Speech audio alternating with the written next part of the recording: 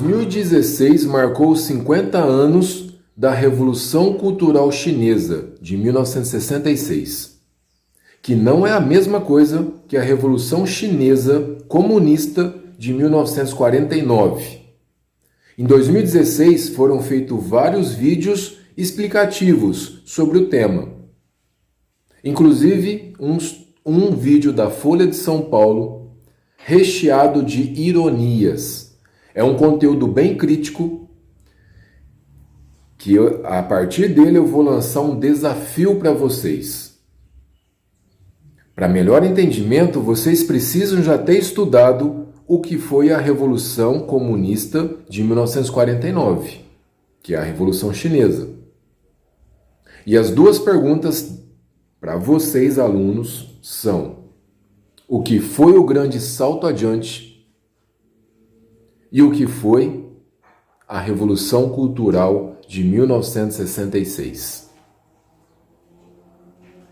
A partir dessas perguntas, vocês vão assistir o vídeo e depois eu lançarei as respostas num próximo vídeo. Combinado?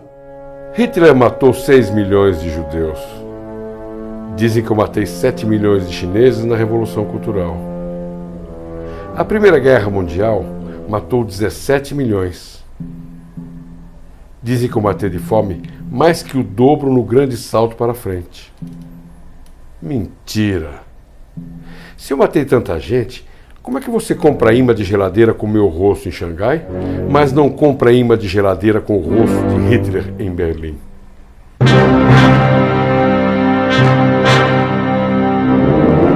A Revolução Cultural e a Revolução Comunista foram coisas diferentes.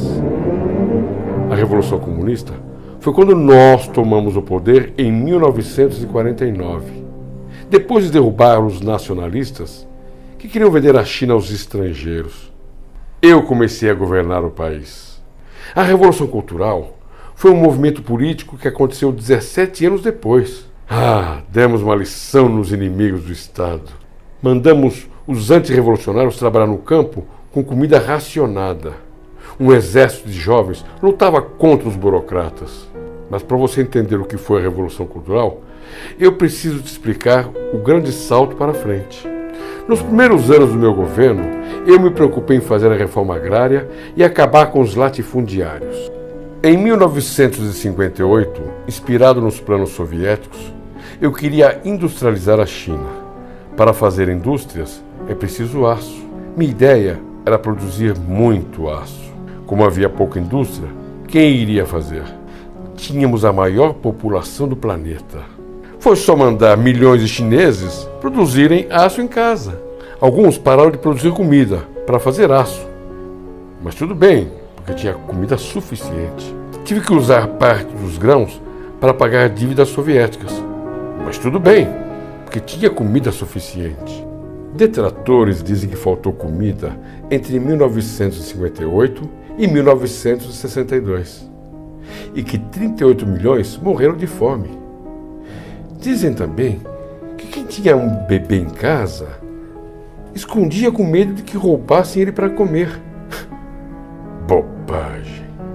É como se a Argentina tivesse desaparecido de fome. Eu teria notado. O mundo ocidental também teria notado. Os burocratas do partido começaram a me criticar pelo grande salto. O aço caseiro era mesmo uma porcaria. Mas os conspiradores, como Deng Xiaoping, queriam tomar o poder e me transformar num presidente decorativo. Imagine só. Mas eu não ia perder o comando. Criei junto com a minha esposa um plano para renovar o comunismo. A Revolução Cultural. Os mais fáceis de trazer para a Revolução Cultural foram os jovens. Afinal, eles cresceram me achando um semideus. Convoquei todos a atacar pais, professores, qualquer um que não fosse revolucionário o suficiente. Velhos burgueses eram espancados e humilhados nas ruas. Escolas e universidades fecharam. Livros, prédios antigos e obras de arte destruídos. Tudo que representasse o passado tinha que ser destruído.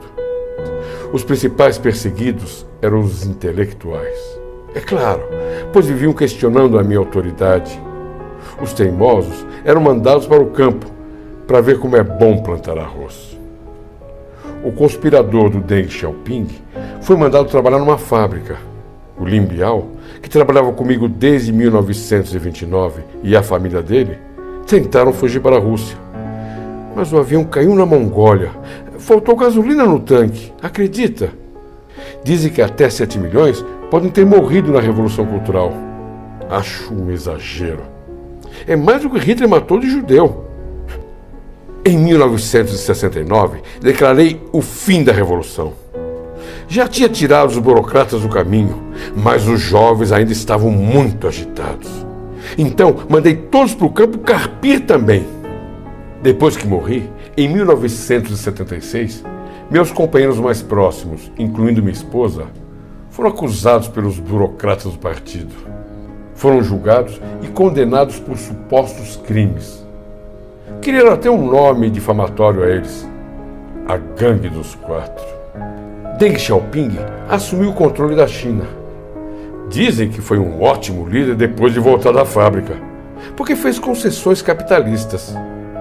Esquece, é claro, que ele foi o responsável pela repressão na Praça da Paz em 1989, onde, aliás, está o meu mausoléu. Hoje a humanidade comemora 40 anos sem mim no planeta. O governo assume publicamente que cometeu alguns erros de cálculo. Bando de mal agradecidos.